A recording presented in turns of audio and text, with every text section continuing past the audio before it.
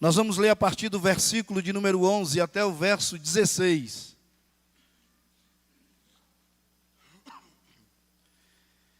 Isaías 11, do 11 ao 16.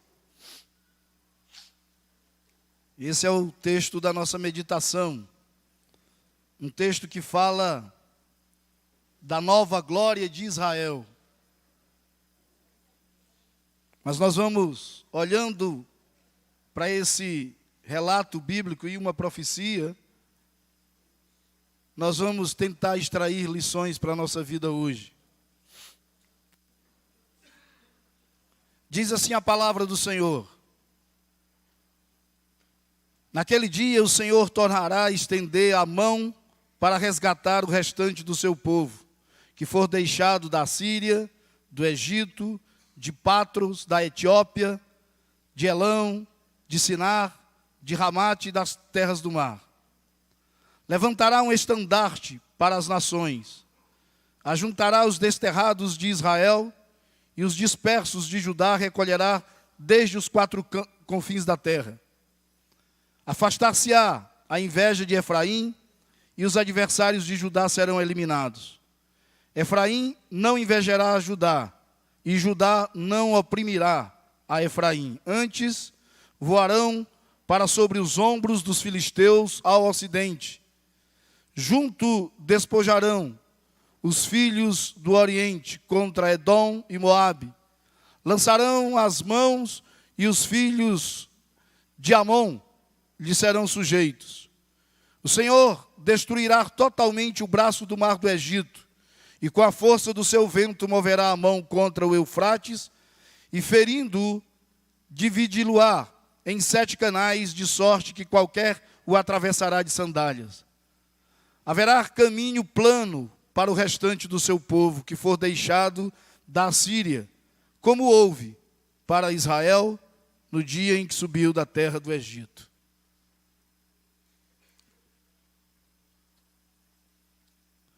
Senhor, que nesse momento as palavras dos meus lábios e o meditar do meu coração sejam agradáveis na tua presença.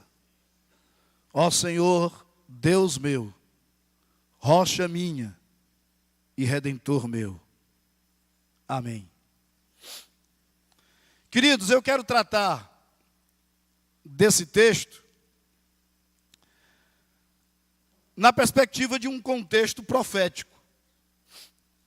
Como parece mesmo indicar a expressão que aparece aí já no primeiro versículo que nós lemos, versículo 11. Logo no início desse versículo, o texto diz, naquele dia. Essa expressão, naquele dia, se refere não a um período de 24 horas. O texto não está falando aqui de um período de 24 horas, de um dia de 24 horas. Mas essa expressão, naquele dia, é uma expressão para dizer e para falar do dia em que Deus executará o seu juízo no fim dos tempos, naquele dia. Quando chegar aquele tempo, os profetas, com muita frequência, usam esse termo para se referir ao fim da história. Profeticamente falando, o texto nos assegura que naquele dia, o Senhor vai trazer para junto de si, e vai trazer para junto de si, para sempre, todos os que são dele, de todo lugar, de todo povo, língua e nação. Ou seja, o Senhor vai arrebanhar o seu povo, que está espalhado pelos 4 cantos da terra. Como representam aí as nações citadas aqui. Se não para informação sua, vejamos o seguinte: a Síria, Elão e Sinar, são nações citadas aqui, ficavam ao leste, na Mesopotâmia. Egito, Patros e Etiópia ficavam ao sul. Ramate ficava ao norte. E as terras do mar, citadas aqui, ficavam a oeste. Então, o que o texto está dizendo é que o Senhor vai trazer o seu povo dos 4 cantos da terra, de todo lugar da terra. Esse povo hoje espalhado por todo lugar, naquele dia, o Senhor trará para junto de si. Trará para ficar com Ele. E ficar com Ele para sempre. É o que diz o texto aqui. Olhe para o versículo de número 12. Levantará um estandarte para as nações. Ajuntará os desterrados de Israel e os dispersos de Judá. Recolherão desde os 4 confins da terra. Tem uma palavra aí que é importante para a gente entender esse versículo 12. Estandarte, levantará um estandarte. Tudo isso vai acontecer naquele dia. O Senhor vai levantar um estandarte, ou seja, uma bandeira. Champlin, um teólogo que escreveu uma obra muito grande, que se tornou um clássico nos seminários e nas escolas de teologia. Ele escreveu 2 comentários, um comentário do Novo Testamento e um comentário do Antigo Testamento. Mas uma obra muito grande. Só o comentário do Antigo Testamento tem 7 volumes. Agora, dos 7 volumes desse comentário do Antigo Testamento, 2 volumes se constituem num dicionário. E nesse dicionário do Antigo Testamento, Champlin faz um comentário a respeito desse estandarte, a respeito desta bandeira, que é citada aqui no versículo 12. E ele diz o seguinte, abre aspas, dizendo o que seria essa bandeira, esse estandarte. O pendão de Deus a esvoaçar por sobre o seu povo, identificando esse povo como pertencente ao Senhor e garantindo a esse povo a sua presença e a sua proteção para sempre, fecha aspas. Eu achei fantástica essa declaração do Champlin. Eu queria ter dito isso, mas ele disse, eu tenho que dizer que foi ele que disse. Embora um colega meu de seminário tenha dito que o segredo da originalidade é esconder a fonte. Mas aí eu tenho que revelar a fonte. Champlin disse isso. Mas eu achei interessante essa percepção que ele tem desse estandarte, da bandeira. Ele identifica esse estandarte, essa bandeira, como sendo a proteção de Deus, como sendo o remanescente de Israel, como sendo o próprio Messias, como sendo Jesus Cristo. E ele diz que debaixo desse estandarte, debaixo dessa bandeira, estará o povo de Deus, salvaguardado para sempre, protegido para sempre, receberá proteção para sempre, a partir dali. O que significa dizer que, mesmo passando por dificuldades tremendas, como todos passamos aqui, um dia, tudo quanto enfrentamos aqui vai passar. E o Senhor vai recolher o seu povo dos 4 cantos da terra, e o Senhor vai exercer proteção sobre esse povo. A presença de Deus será a proteção do seu povo para todo sempre. Haverá um tempo, é isso que o texto está nos dizendo, haverá um tempo na história em que nós estaremos debaixo, permitam-me aqui a expressão, debaixo das asas de Deus. Ele nos acolherá debaixo das suas asas, como a própria Bíblia diz, usando essa ilustração, a Bíblia diz que o Senhor é como uma galinha que deseja acolher debaixo das suas asas os seus pintinhos. E isso no último dia acontecerá, porque o Senhor recolherá de todo lugar o seu povo. E como, permitam-me aqui, a expressão não é pejorativa, como uma grande galinha, ele vai acolher todos os seus filhotes debaixo das suas asas.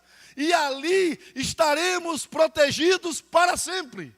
Nunca mais seremos atingidos pela morte, nunca mais seremos atingidos pelo inimigo, nunca mais seremos atingidos pela desgraça, nunca mais a doença baterá na nossa porta, nunca mais sofreremos, porque estaremos para sempre salvaguardados pelo Senhor. É isso que o texto diz. Se você confia em Deus, se você crê no Senhor, se você tem depositado a sua confiança e tem esperado em Cristo, saiba disso. Esse dia chegará, naquele dia o Senhor vai te guardar. Versículo 13. Afastar-se-á a inveja de Efraim, e os adversários de Judá serão eliminados. Efraim não invejará Judá, e Judá não oprimirá a Efraim. Desde o tempo de Roboão, filho de Salomão, os reinos do norte, Israel, que aqui é chamado de Efraim, e do sul, que é Judá, foram marcados por inimizade e divisão política. Eu já falei disso aqui, vou relembrar e falar para quem não esteve aqui naquele dia, algum visitante que esteja conosco. O povo de Israel, até um determinado tempo da história, foi um único povo. Era um só povo. Chega um tempo em que esse povo brigou e surgiu uma divisão. Esse povo, o povo do Senhor, eram as 12 tribos de Israel. Depois dessa briga e com a divisão, 10 tribos foram para o norte, chamado de Judá, o reino de Judá, aliás, de Israel, desculpem, Israel, o reino do norte, 10 tribos. 2 tribos ficaram no reino do sul. Essas 2 tribos de Judá, que era o reino do sul. Houve uma confusão muito grande e Judá tentou subjugar, com o auxílio da Assíria, tentou subjugar Israel. Tentou tomar o território de Israel, com o auxílio da Assíria. Nós já vimos aqui em momentos outros. Acontece que os assírios, eles ajudam Judá nessa peleja contra Israel, mas depois que prevalecem contra Israel, os assírios se voltam contra Judá. E aqueles que tinham sido aliados de Judá passaram agora a ser inimigos. Houve então uma intervenção de Deus. E nessa intervenção de Deus, o Senhor põe por terra os assírios. O Senhor abate a Assíria. E com isso, é o que está acontecendo agora aqui, com isso esse povo volta a se unir. Esse povo volta a ser um único povo. E nós estamos aqui falando desse momento, o texto está falando desse momento da reunificação desse povo. Dizendo que agora Judá não mais vai oprimir Efraim, ou seja, Israel. E dizendo aqui que o Senhor vai afastar a inveja de Efraim. E os adversários de Judá e de Efraim, ou seja, do povo de Israel, como sendo o único povo, esses adversários serão definitivamente abatidos. O Senhor vai contra os adversários do seu povo.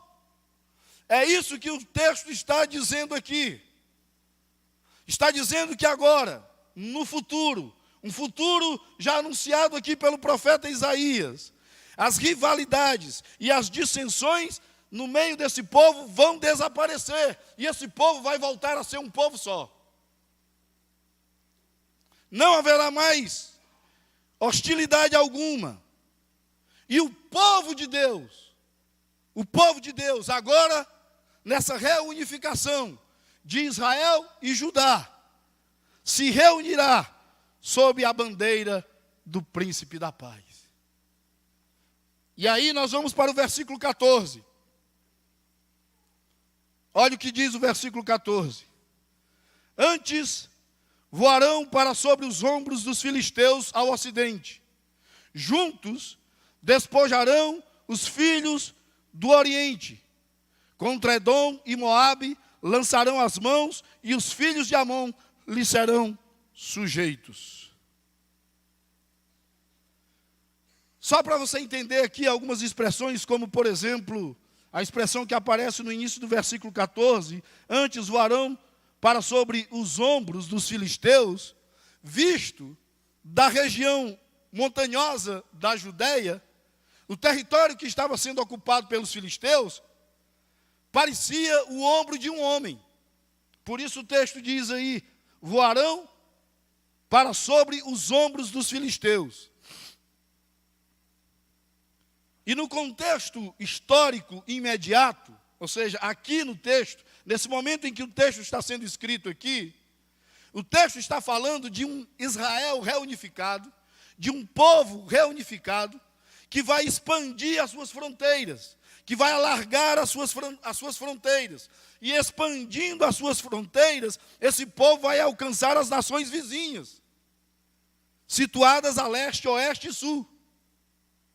Isso num contexto, como eu disse, histórico imediato. Agora, num contexto profético, ou seja, falando profeticamente, trazendo para o futuro, e trazendo, porque esse texto está lá no passado, e aí por isso eu digo, trazendo agora para o futuro, nós podemos dizer, nos dias de hoje, que esse texto nos ensina sobre o fato da igreja buscar uma unidade. E esse texto está apontando para a igreja, para dizer que é na unidade que a igreja vence os seus inimigos. Assim como Israel se uniu a Judá para vencer os seus inimigos, agora Deus está falando aqui, profeticamente por boca do profeta Isaías, que é na unidade do seu povo como igreja que essa igreja vence os inimigos. A igreja não vence qualquer inimigo se essa igreja estiver dividida dentro dela mesma. Se houver uma divisão, se esse reino, e vamos tratar a igreja aqui hoje como um reino, se esse reino estiver subdividido, se houver divisão, se houver facção, se houver briga, se houver intriga no meio da igreja, essa igreja se enfraquece. Agora a igreja se fortalece quando ela se une. A igreja se fortalece quando ela está em unidade. E a igreja só busca a sua unidade no Senhor. Porque nós somos diferentes, pensamos diferentes, viemos de criações diferentes, de famílias diferentes, temos objetivos diferentes na vida, profissionalmente somos diferentes, mas em Cristo somos um. E quando a igreja percebe a força que tem, quando a igreja percebe que ela é um só povo em Cristo Jesus, essa igreja pode vencer qualquer adversário. Essa igreja pode vencer qualquer inimigo.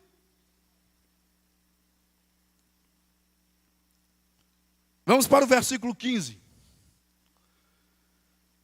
O Senhor destruirá totalmente o braço do mar do Egito, e com a força do vento, moverá a mão contra o Eufrates, e ferindo-o, dividi-lo-á em 7 canais, de sorte que qualquer o atravessará de sandálias. Mar do Egito é uma referência ao Mar Vermelho. que ficava ao norte do Egito. Vocês lembram desse evento que envolve o Mar Vermelho? Quando os israelitas estavam fugindo do Egito e chegam diante do Mar Vermelho. E nesse êxodo de Israel, do povo de Israel, saindo do Egito, vocês lembram o que acontece ali no Mar Vermelho? Eu sei que todo mundo lembra.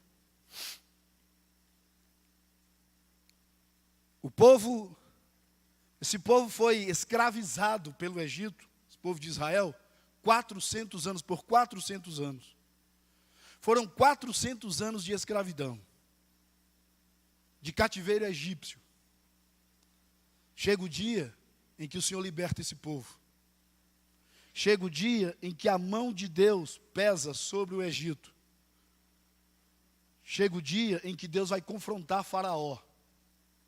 E pela soberania de Deus, Faraó, ele, depois de resistir bastante, ele se vê obrigado pelo Senhor a liberar o seu povo, o povo de Israel. E o povo vai peregrinar pelo deserto. 40 anos o povo peregrinou pelo deserto. 400 anos de escravidão, mais 40 anos de peregrinação pelo deserto. Andando pelo deserto, marchando pelo deserto, caminhando pelo deserto. Mas chegou o dia em que, já quase para entrar numa terra que Deus havia prometido, o povo já quase para escapar definitivamente da perseguição egípcia, porque os egípcios, eles continuaram a perseguir o povo pelo deserto, mas Deus guardou esse povo, Deus protegeu esse povo, Deus cuidou desse povo. E é interessante que Deus não tirou nesses 40 anos o povo do deserto, mas Deus cuidou do povo no deserto. Muitas vezes nós passamos por desertos na vida, e nós queremos que Deus tire esse deserto. Nós queremos que Deus tire essa dificuldade, mas pode ser esse deserto o instrumento de Deus para nos ensinar alguma coisa. Então a nossa oração não deve ser no sentido de que Deus nos tire do deserto, mas que Deus esteja conosco no deserto, que Ele atravesse o deserto conosco, e que mesmo estando no deserto, estejamos percebendo a proteção de Deus, o cuidado de Deus, como o povo de Israel recebeu durante os 40 anos. Mas chega então um momento crucial nessa caminhada. Chega um momento muito difícil nessa perseguição. Quando o povo agora está diante do Mar Vermelho. O povo não tem mais para onde ir. Diante desse povo está o mar. Atrás estão vindo os egípcios.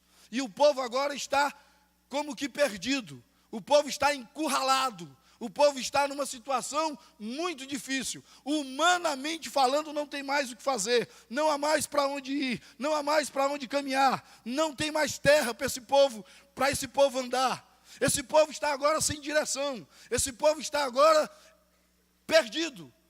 E eles poderiam, e alguns pensaram isso mesmo. E estavam perdidos. Porque disseram, inclusive, para Moisés, que era quem os estava liderando, dizendo, era melhor ter deixado a gente lá no Egito, porque nós estávamos escravizados pelo Egito, mas lá nós comíamos das comidas do Egito, nós tínhamos melões, frutas do Egito, tudo aquilo que o Egito produzia, éramos escravos, mas nos alimentávamos no Egito. Faraó permitia com que nós nos alimentássemos, ainda que de forma regrada, mas permitia, e agora nós vamos morrer. Peregrinamos esse tempo todo, chegamos aqui para nada, Moisés. Para nada, para morrer aqui. Então era melhor ter ficado lá.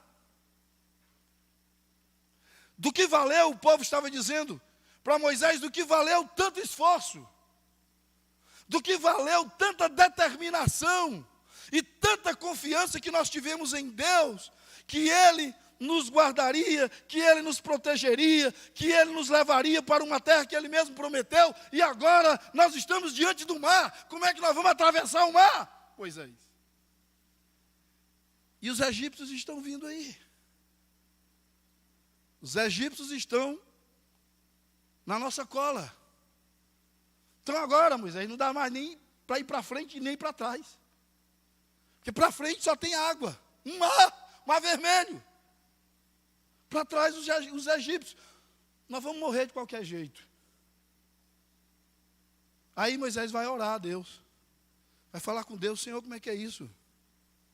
Nós vamos perecer aqui mesmo? Nós vamos morrer aqui? E o Senhor diz algo para Moisés, que talvez se fosse eu, ou você, nós iríamos questionar.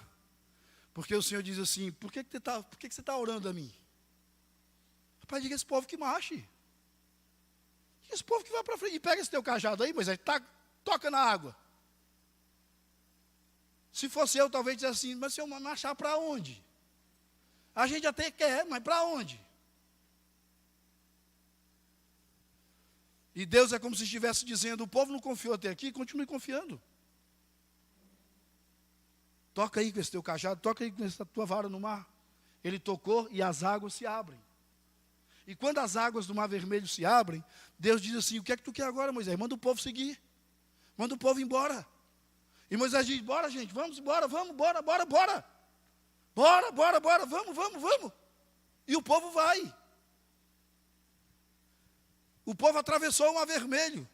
E é interessante que nesse texto que nós lemos aqui, diz aí no final do versículo 15, que o povo vai atravessar o mar do Egito, e isso vai acontecer no Eufrates, aconteceu com o Mar Vermelho, e vai acontecer com o Eufrates também, que era um grande rio, e o povo vai atravessar de sandália, ou seja, o povo vai passar a pé enxuto. Deus está dizendo assim: Moisés, tu quer saber de uma coisa? O povo não vai nem molhar o pé, meu irmão. Não vai nem molhar o pé. Agora, marche, confie, vá-se embora. E o povo atravessa. Os egípcios chegam diante dessa situação e querem pegar carona na fé de Israel. Só que quando abriu para eles, abre para nós também. Na hora que vão passar, as águas se fecham.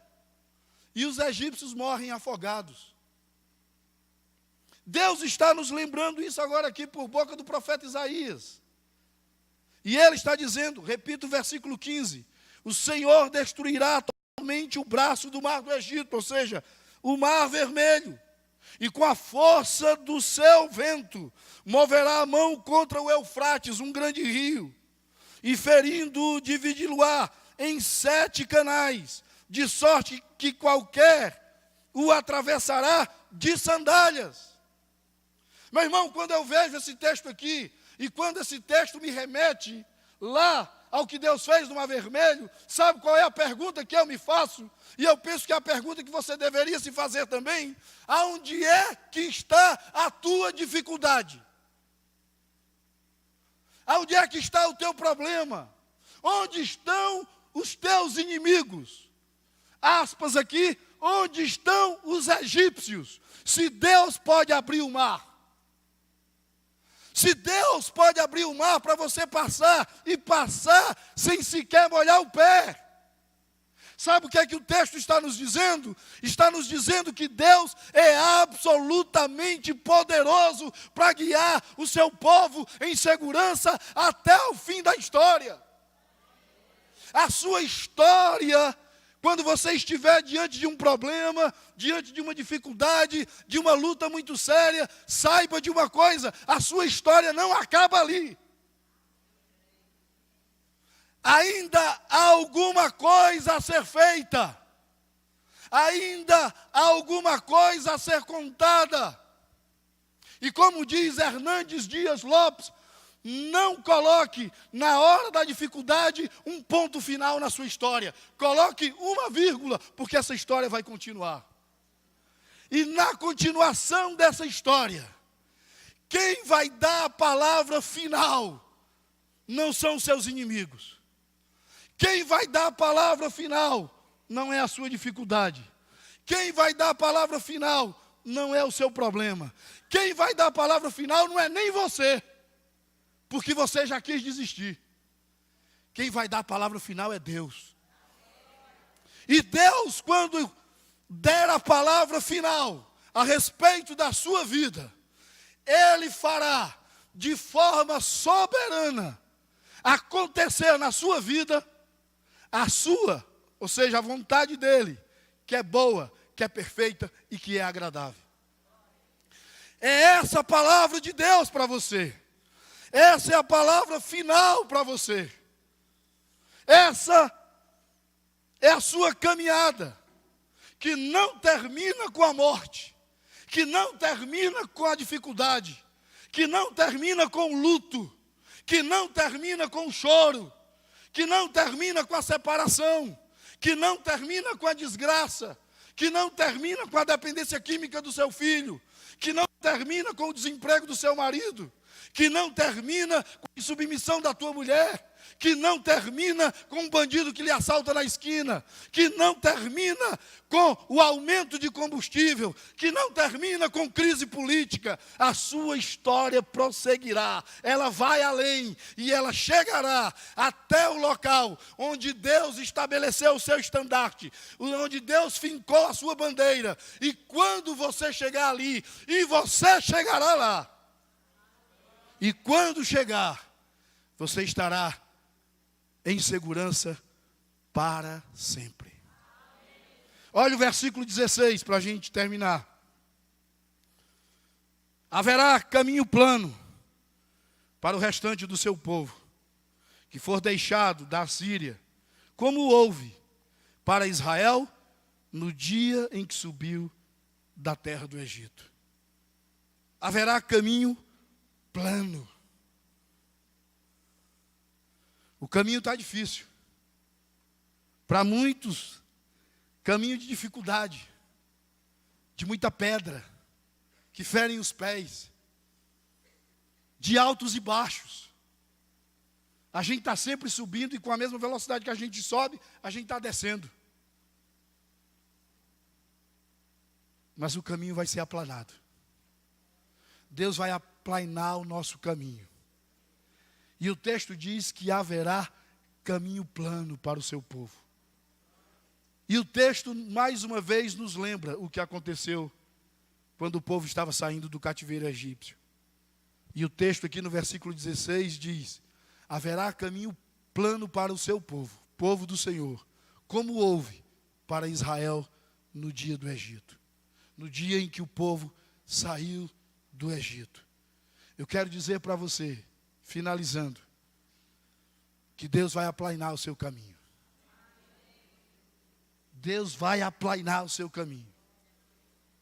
E naquele dia, o livro do Apocalipse também se referindo ao dia do Senhor. O livro do Apocalipse diz que naquele dia, o Senhor vai enxugar dos seus olhos toda lágrima. Você está chorando agora? Tem luto aí no seu coração? A dor de um cativeiro, seja ele qual for, a dor de uma separação, seja qual for a dor que lhe incomoda e que infelicita o seu coração nesse momento, e que fazem os seus olhos lacrimejar. Deixa eu dizer uma coisa para você, naquele dia, o Senhor vai enxugar dos seus olhos toda lágrima. Naquele dia. Agora deixa eu dizer uma outra coisa aqui com verdade e com sinceridade. Sabe para quem isso vai acontecer? Para aqueles que depositaram a sua confiança e a sua esperança no Senhor. Deixa eu fazer nesse momento aqui uma pergunta. Eu não sei se existe aqui no nosso meio, pode ser que haja aqui no nosso meio, não sei. Se sim ou se não, mas pode ser que haja aqui no nosso meio alguém que nunca teve a oportunidade, nunca lhe foi dada a oportunidade de entregar a sua vida a Jesus Cristo. Não sei se você já teve essa oportunidade, se você já fez isso, ou se você que está aqui nunca fez isso. Para quem está aqui, que está nos visitando, sobretudo, eu digo nos visitando, porque não conhece a minha história, o povo aqui da igreja todo já conhece. Mas sabe de uma coisa, deixa eu falar especialmente para você, que nos visita aqui nessa noite. Ou que mesmo tendo estado aqui outras vezes, nunca ouviu essa história. Eu não vou contar toda a história, mas só esse finalzinho aqui. Eu tinha uma mãe, eu digo tinha porque já faleceu, que orou por mim 7 anos. 7 anos. Quanto mais ela orava, mais eu me deteriorava no pecado. Mais eu me envolvia com droga. Mais eu me envolvia com o crime. Parecia que as suas orações não faziam efeito. E eu já disse aqui numa outra ocasião, e estou repetindo, digo para quem não conhece essa história e para quem nos visita hoje, às vezes em que eu voltava para casa, porque nem sempre eu voltava no mesmo dia, mas às vezes em que eu voltava para casa, já no final da noite, dia nascendo, depois de uma noitada de loucura, de droga, de muita coisa ruim, eu entrava em casa e via a porta do quarto da minha mãe entreaberta, e a luz ainda estava acesa. Era um sinal de que ela não tinha dormido a noite inteira. E algumas vezes eu tive curiosidade para saber o que é que uma mulher fazia no seu quarto a noite inteira. E não pregava o olho. Eu sabia o que eu tinha feito. Eu via de muita droga, de muita orgia, de muita bagunça, de muita balada, de muito crime, de muito tudo. Mas aquela mulher dentro de um quarto, sozinha, o que é que ela fazia a noite inteira? Numa dessas ocasiões em que eu, sem que ela percebesse, abri um pouco mais a porta do quarto, a minha mãe estava dizendo repetidamente: Senhor, salva o meu filho. Senhor, salva o meu filho. Com a mesma delicadeza que eu abria a porta, eu fechava, e eu ia atrás de me deitar, e no meu coração uma frase também se repetia, dizendo: Ele não vai salvar. Ele não vai salvar porque eu amo o pecado. Eu quero o pecado. Eu amo me drogar. Eu gosto da droga, eu gosto da orgia, eu gosto daquilo que a droga me proporciona. Ele não vai salvar. E em uma dessas ocasiões eu cheguei a dizer também, na intimidade do meu coração: eu já cheguei longe demais. Eu já fui longe demais. Eu não posso mais voltar, eu não tenho como voltar. Essa semana a gente estava a gente estava passando pela televisão e tinha uma cena de uma novela que estava passando lá, e o cara da novela era um matador lá de aluguel, o cara da novela era um matador de aluguel, e ele estava dizendo lá para uma pessoa, tentando explicar para ela o que era que ele fazia, qual era o ofício dele, que era matador de aluguel, e ele disse assim: eu sou uma pessoa para quem outras pessoas encomendavam as almas, e eu ia fazer o serviço.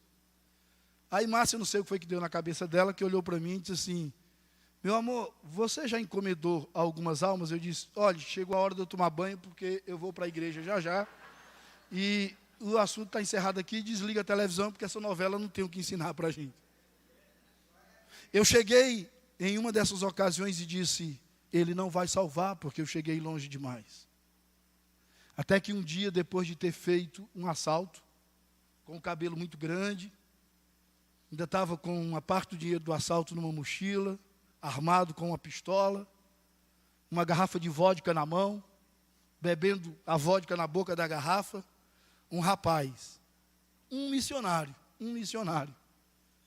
de missões nacionais. Eu agora já estou forçando aqui missões, mas um missionário. E era missões nacionais, né? Era ali no Brasil, era aqui no Brasil. Ele me entregou um folheto. E ele disse assim para mim: isso aqui é uma mensagem de Deus, cara. Isso pode salvar a tua vida. E aquilo que eu dizia repetidamente, ele não vai salvar, a partir daquele dia, Deus iniciou um processo que salvou. E eu tive o privilégio, minha mãe já faleceu, mas eu tive o privilégio, a alegria de ainda ser pastor da minha mãe.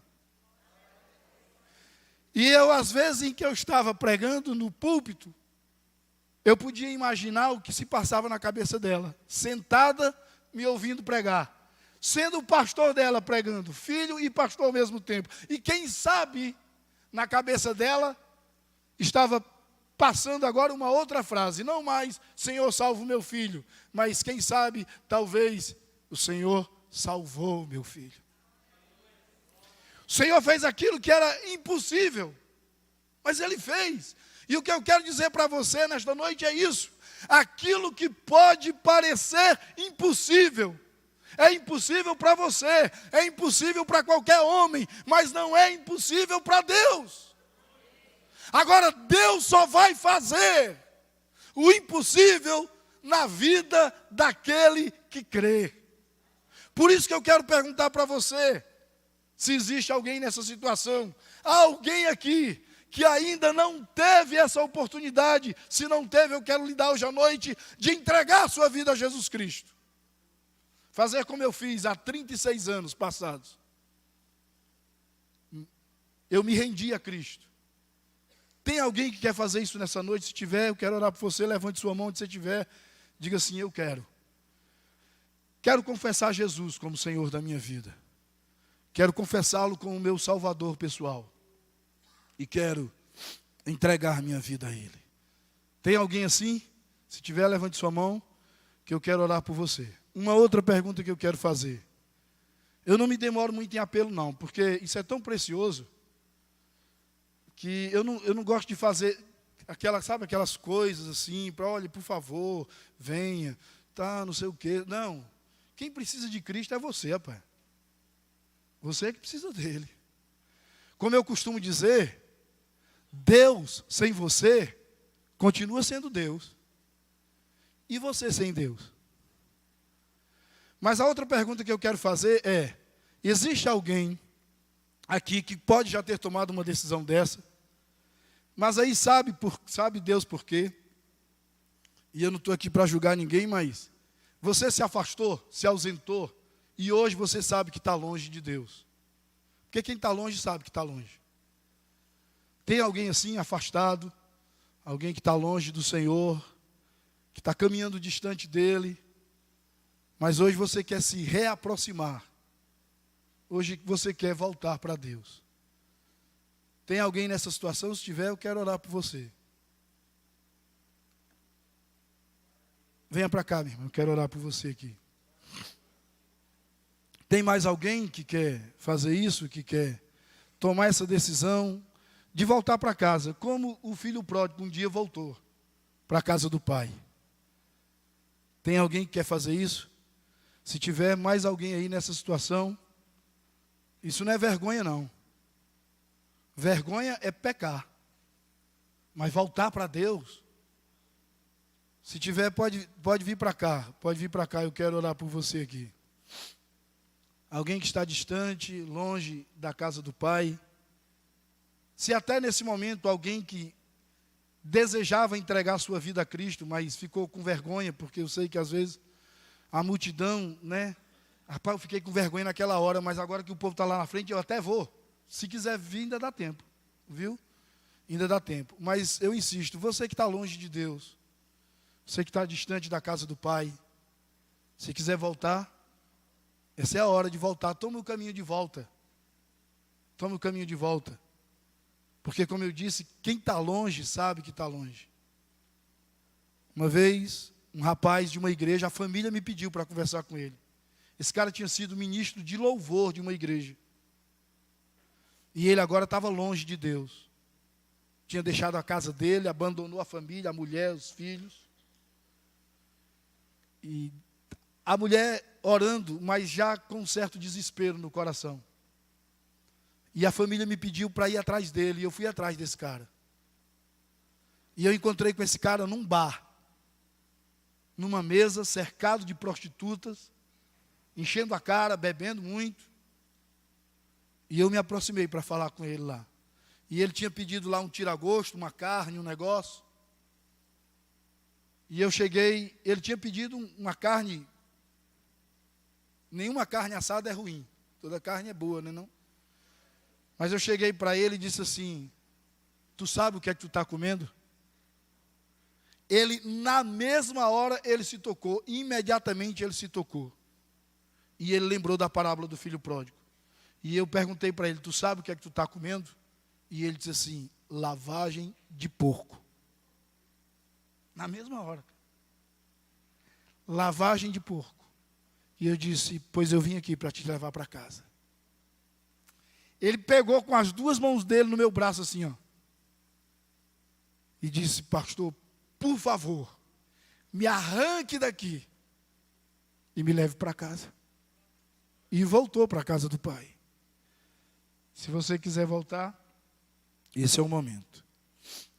Mas eu quero agora finalizar esse convite aqui, falando para a igreja. Você que é a igreja, que está caminhando com Deus, que não abandonou o Senhor, que está firme, tudo.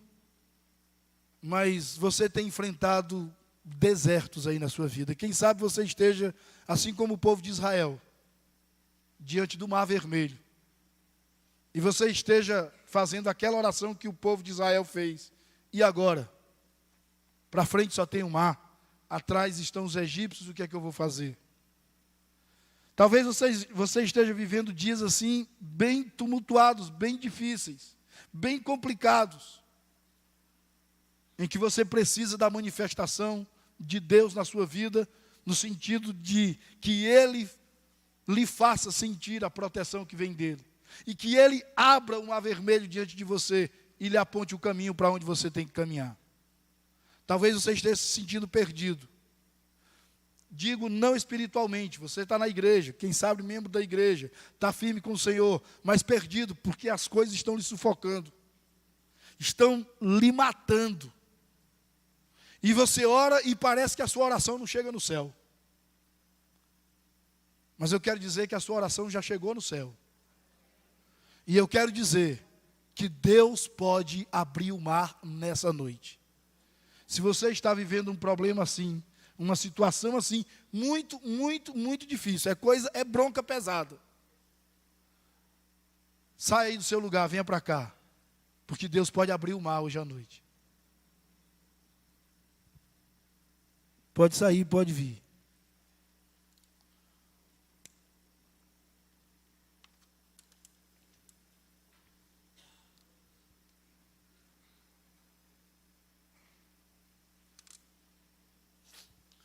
Pode sair, pode vir.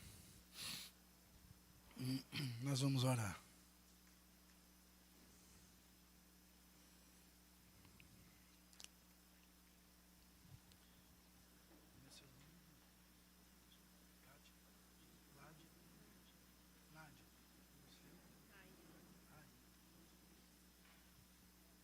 Pode vir, nós vamos orar.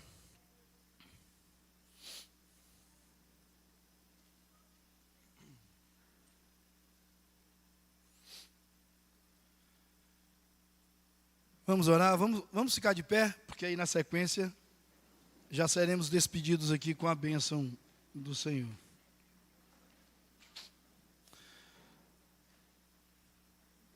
Senhor, nosso Deus, nosso Pai, eu quero, em primeiro lugar, te orar por essas duas pessoas que vieram aqui à frente, Nádia e Raíla, tomando o caminho de volta para o Senhor, buscando o caminho da reconciliação contigo.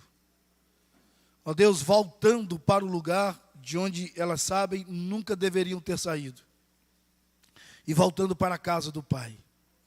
E em voltando para a casa do Pai, encontram o Senhor com os braços abertos.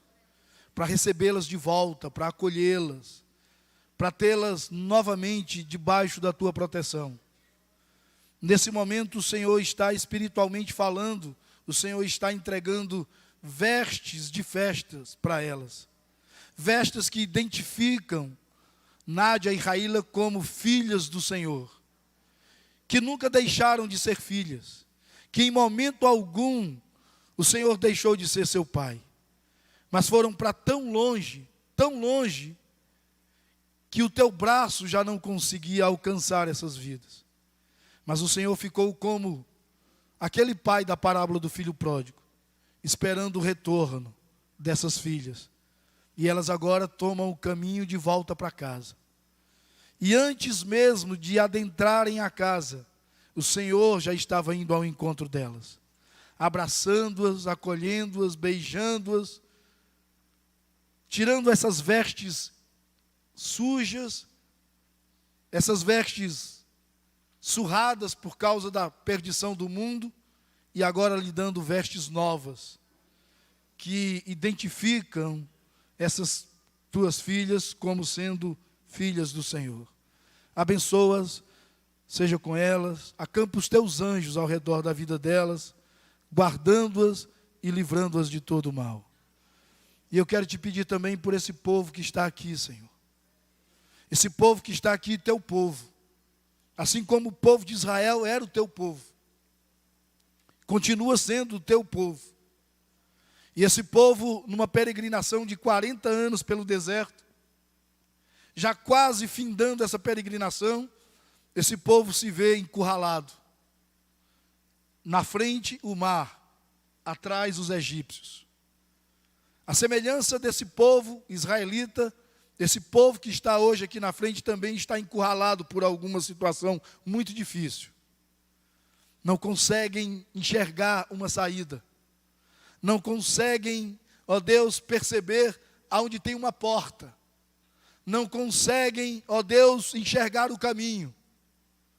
Mas colocam-se agora confiadamente nas mãos do Senhor. Pedem o socorro do Senhor. Clamam por ti. E eu, como pastor desse povo, como sacerdote dessa gente, clamo ao Senhor. E peço ao Senhor, Senhor, livra o teu povo. Sê o socorro do teu povo, a proteção do teu povo, a luz para esse povo, ó Deus, o escape para aqueles que precisam desse escape. Aponta-lhes o caminho, ó Deus, e um caminho certamente seguro, e estende sobre eles as tuas asas, protegendo-os, cuidando-os e livrando-os de todo mal. Que essa semana, que esse mês que ora se inicia, seja um mês marcado, não mais pela desgraça, não mais pela saudade, não mais pela ferida que abre